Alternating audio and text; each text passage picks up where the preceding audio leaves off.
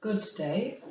My name is Domina Petric. I'm resident physician for clinical pharmacology and toxicology at University Hospital Center Split, Croatia. My presentation is about COVID-19 vaccines, clinical relevance, adverse effects, and the need for further research.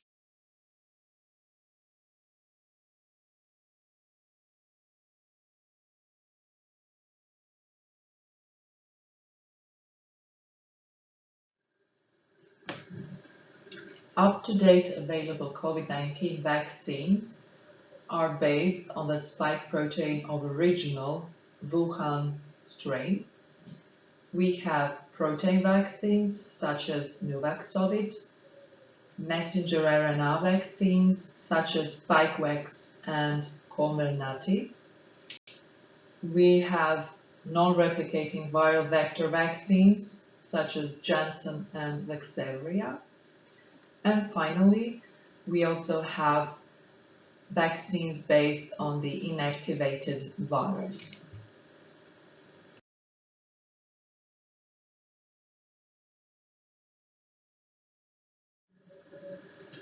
Clinical relevance of COVID-19 vaccines can be observed on the individual level, meaning reduction of the risk for severe illness, permanent consequences, and death, and on the population level, meaning reduction of the virus transmission, with a note that according to the rule of primacy of the human being, individual interests and welfare must be above the sole interest of society or science.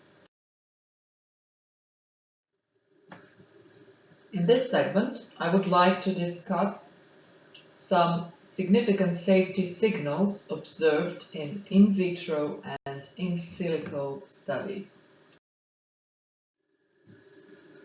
In a study conducted by Yu Yang and co-workers, researchers showed that spike protein alone can damage vascular endothelial cells by downregulating ACE2 and consequently inhibiting mitochondrial function. A pseudovirus expressing S protein, or CU spike, was administered to Syrian hamsters intratrachally. Lung damage was apparent in animals receiving CU spike, revealed by thickening of the alveolar septa and increased infiltration of mononuclear cells. Although the use of a non-infectious pseudovirus is a limitation to this study, these data reveal that spike protein alone can damage endothelium. In another study, researchers investigated the toxicity of spike protein in vitro using endothelial cell culture and recombinant SARS-CoV-2 spike protein S1 receptor binding domain. Mouse brain microvascular endothelial cells from normal and diabetic mice were used. An endothelial transfer permeability assay revealed increased permeability in diabetic cells as well as after spike treatment.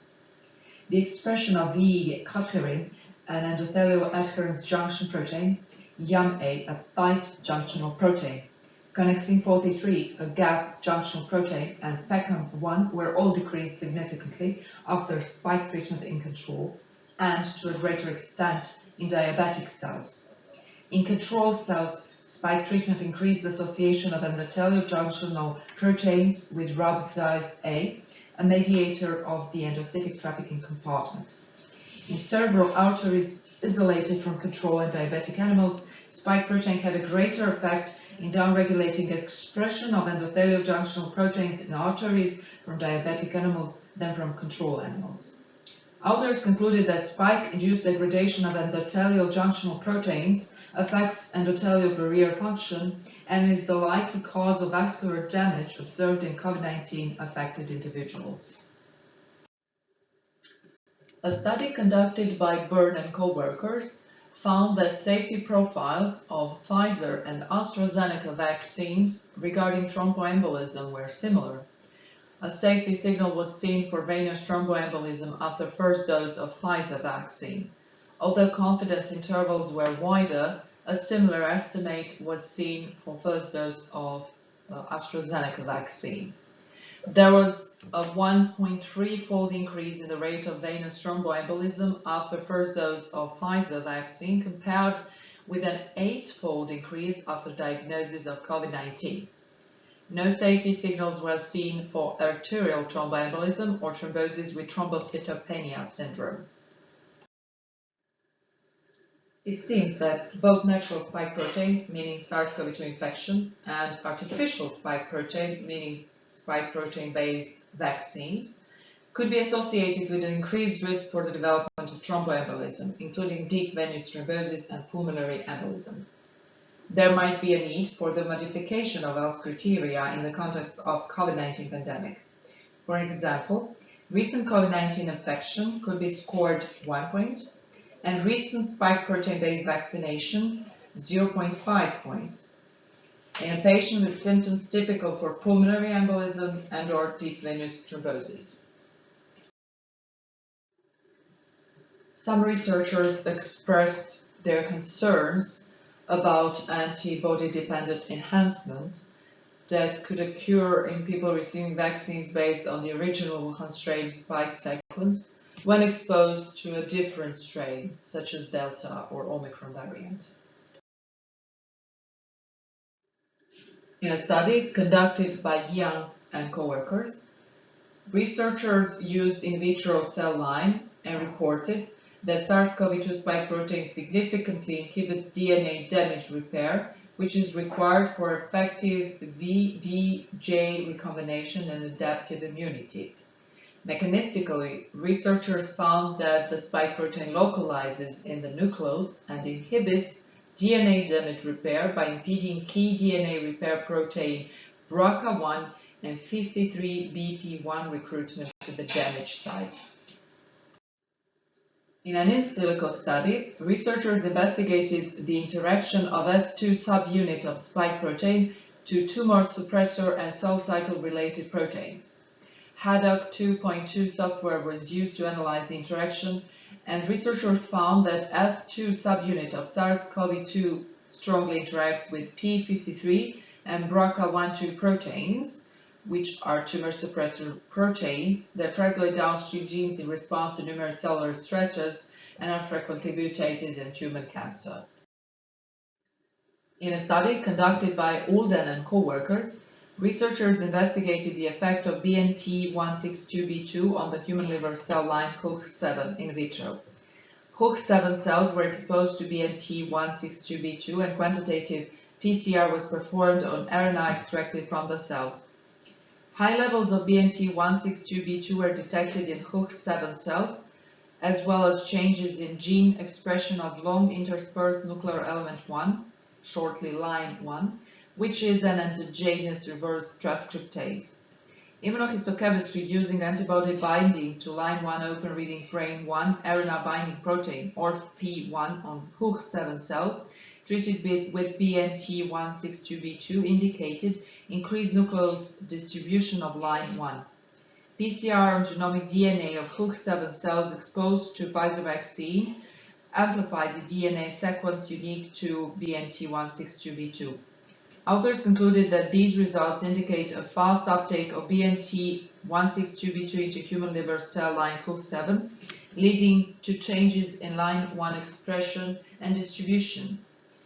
Researchers showed that BNT162b2 mRNA is reversely transcribed intracellularly into DNA in as fast as 6 hours upon exposure.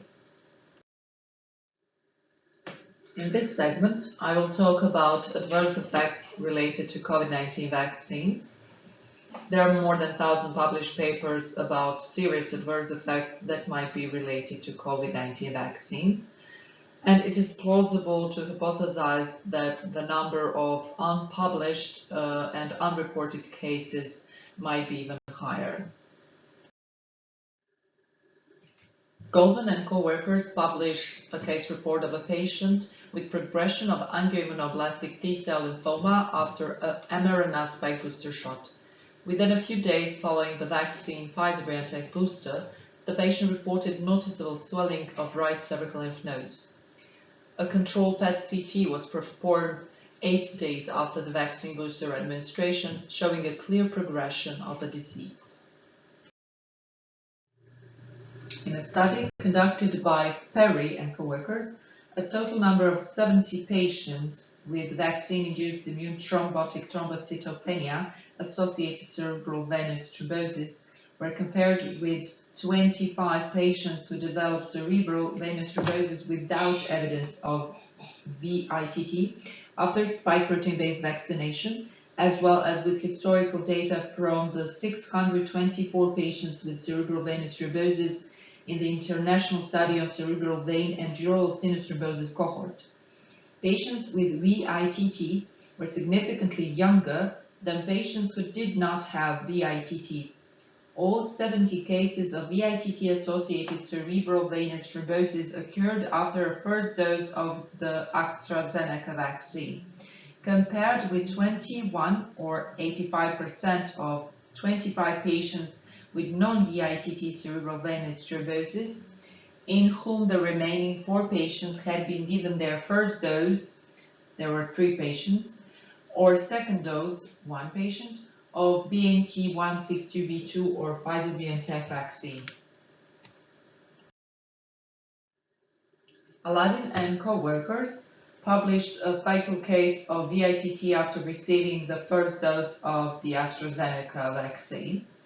In this paper, authors propose that the mechanism of VITT is the production of rogue antibodies against platelet factor 4, resulting in a massive platelet aggregation. Bjornstad and co-workers published a case of a previously healthy woman in her 30s with head itches that developed 1 week after vaccination with AstraZeneca vaccine. 3 days later, her condition deteriorated rapidly and she presented to the emergency department with slurred speech, uncoordinated movements and reduced consciousness. Symptoms progressed to left-sided hemiparesis and her level of consciousness deteriorated. Computed tomography of the head showed a large right-sided hemorrhage and incipient herniation. She was found to have severe thrombocytopenia. In spite of efforts to reduce intracranial pressure, the patient died the following day. Post-mortem examination revealed antibodies to platelet factor 4 and fresh small thrombi were found in the transverse sinus, frontal lobe and pulmonary artery. Huang and co-workers published a study aimed to compare the clinical presentations and courses of VITT between the 2 adenoviral vector vaccines, Janssen and AstraZeneca. They found that cerebral venous thrombosis after Janssen vaccination presents later with similar symptoms compared to cerebral venous thrombosis after administration of AstraZeneca vaccine, but with more thrombosis and intracerebral hemorrhage, lower D-dimer and APTT levels, but similar mortality. A case series of 3 women who developed venous thromboembolism after RNA-1273 vaccination or Moderna vaccine was published. An otherwise healthy 25-year-old woman that had been taking oral contraceptive pills for years presented to the emergency department 2 days after receiving the first of the mRNA-1273 vaccine series with acute onset shortness of breath and dyspnea on exertion. Computed tomography angiography revealed bilateral segmental pulmonary embolism. Venous Doppler ultrasound scans showed no deep vein thrombosis. A 77-year-old woman with a history of gastrointestinal bleeding had presented to the emergency department with a 4-day history of shortness of breath. She had received the first of the mRNA-1273 vaccine series 3 days before symptom onset. She had a remote history of breast cancer, which had been diagnosed and treated in 2009. The CTA-PE was notable for bilateral segmental pulmonary embolism. Venous Doppler ultrasound scans revealed deep venous thrombosis of the right common femoral and profunda veins. An 84-year-old woman had presented with an 8-day history of left leg pain and swelling. Her symptoms had started 3 days after receiving the second injection of the mRNA-1273 vaccine series. The CTAPE showed no pulmonary embolism, but revealed thrombus in the common femoral vein. Venous duplex ultrasound confirmed left common femoral popliteal and peroneal deep venous thrombosis. Dijkstra and co-workers published a case of an 86-year-old man with a history of prostate cancer treated with prostatectomy and radiotherapy that had paroxysmal atrial fibrillation treated with apixaban without any previous allergies to drugs or vaccines. Approximately 30 minutes after the injection of the first dose of Comirnaty vaccine, the patient collapsed. An ST segment elevation myocardial infarction of the inferior wall was diagnosed based on electrocardiogram findings, and coronary angiography revealed occlusions, distal embolization in the distal part of the left anterior descending coronary artery, in the first diagonal branch, and in the distal part of the dominant right coronary artery with large thrombus. Despite timely treatment, patient died. Montgomery and co-workers published a study describing a total of 23 male patients, 22 currently serving in the military and 1 retiree, that presented with acute onset of marked chest pain within 4 days after receipt of an mRNA COVID-19 vaccine. All military members were previously healthy with a high level of fitness. 7 received the Pfizer vaccine and 16 received the Moderna vaccine. A total of 20 patients had symptom onsets following the second dose of an appropriately spaced 2-dose series. All patients had significantly elevated cardiac troponin levels. Among 8 patients who underwent cardiac magnetic resonance imaging within the acute phase of illness, all had findings consistent with the clinical diagnosis of myocarditis. Additional testing did not identify other etiologies for myocarditis, including acute COVID-19 and other infections, ischemic injury, or underlying autoimmune conditions. Dion and co-workers published a study describing case series of children younger than 19 years that were hospitalized with myocarditis within 30 days of Pfizer messenger RNA COVID-19 vaccine. Myocarditis was diagnosed in children after COVID-19 vaccination, most commonly in boys after the second dose. In this case series, in short-term follow-up, patients were mildly affected. But authors concluded that the long-term risks associated with post-vaccination myocarditis remain unknown. Finsterer and co-workers published a case report of a 52-year-old male that developed sudden onset reading difficulty and aphasia 7 days after the second dose of an mRNA-based SARS-CoV-2 vaccine. He had a previous history of myocardial infarction, arterial hypertension, hyperlipidemia, and nephrolithiasis. Blood pressure was slightly elevated on admission. Blood tests revealed mildly elevated D-dimer, prediabetes, and hyperuricemia. Cerebral magnetic resonance imaging revealed an intracerebral bleeding in the left temporal lobe. Aphasia resolved almost completely within a few days. Bosco-Loberto and co-workers published a case of a healthy 63-year-old woman with no cardiovascular risk factors that was admitted to the emergency room with new onset dyspnea and fever. The symptoms started 1 day after receiving the first of 2 Moderna COVID-19 vaccinations. Cardiac magnetic resonance imaging showed extensive edema in the mid-ventricular and apical segments. Authors concluded that the most probable diagnosis is COVID-19 vaccine-induced Takotsubo cardiomyopathy. SARS-CoV-2 vaccination-associated Guillain-Barré syndrome is increasingly recognized as a complication of SARS-CoV-2 vaccinations, why neurologists should stay alert not to miss the causal relation.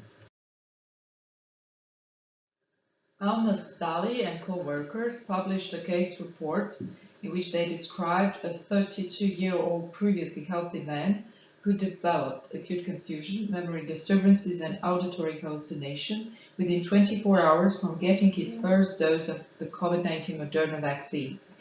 EEG showed features of encephalopathy.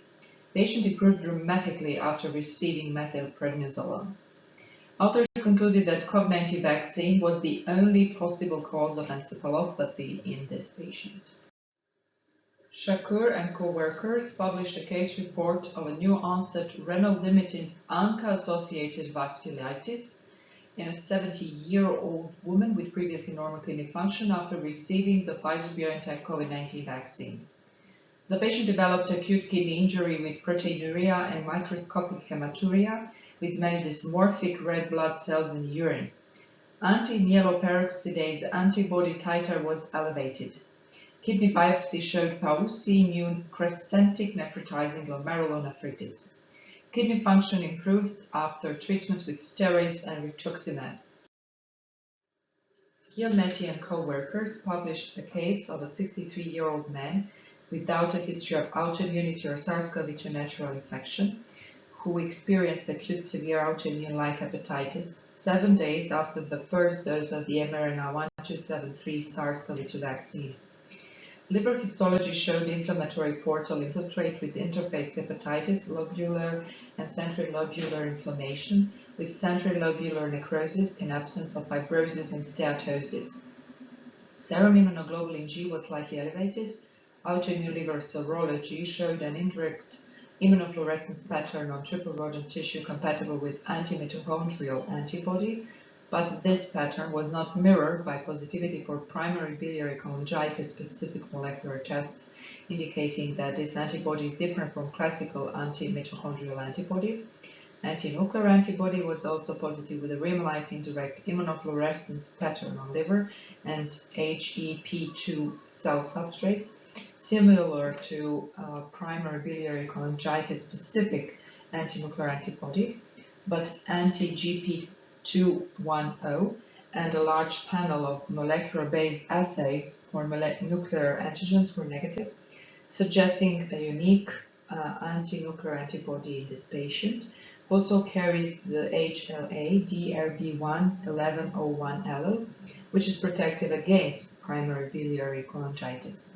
Response to prednisone treatment was satisfactory. Sung and co-workers published 2 cases of an acute myocardial infarction with onset less than 24 hours after the first dose of Moderna COVID-19 vaccine in patients presenting with shoulder pain. In the last section, I would like to discuss the importance of T-cell immunity and the need for further research in order to improve efficacy and safety of COVID-19 vaccines. Kudu and co-workers published a study in which they assessed 52 COVID-19 household contacts to capture immune responses at the earliest time points after SARS-CoV-2 exposure using a dual cytokine flea spot assay on peripheral blood mononuclear cells. Researchers enumerated the frequency of T-cell specific spore spike, nucleocapsid, membrane, envelope, and ORF1 SARS-CoV-2 epitopes that cross-react with human endemic coronaviruses. Researchers observed higher frequencies of cross-reactive and nucleocapsid-specific interleukin-2 secreting memory T cells in contacts who remain PCR negative despite exposure when compared with those who convert to PCR positive, whilst no significant difference in the frequency of responses to spike is observed, hinting at a limited protective function of spike cross-reactive T cells.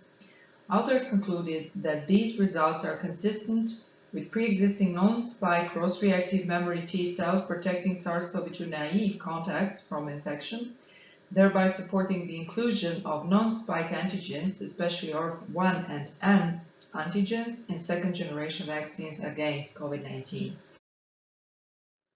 Priborats and co-workers conducted a study on 200 participants who were divided into 4 groups: natural immunity group, vaccine-induced immunity group, hybrid immunity group, and no immunity.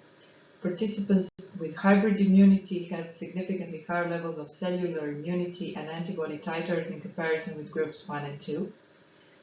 The study participants with natural immunity and the study participants with vaccine-induced immunity had a long-lasting cellular immunity.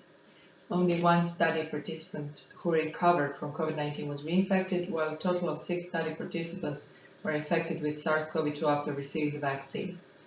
This study shows that hybrid immunity is quantitatively superior, whilst natural immunity is qualitatively superior because of the existence of ORF1 and N-specific cross-reactive T cells.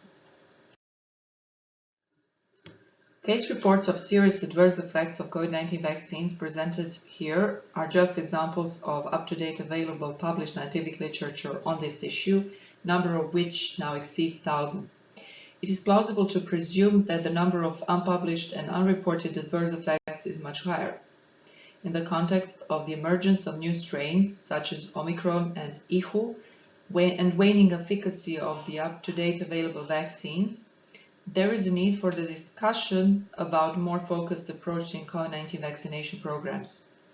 Low-risk individuals with robust natural immunity proven with T-cell test and/or serology might not have obvious clinical benefit from the Wuhan spike protein-based COVID-19 vaccination, especially when taking into account that COVID-19 vaccination does not prevent the transmission of Omicron.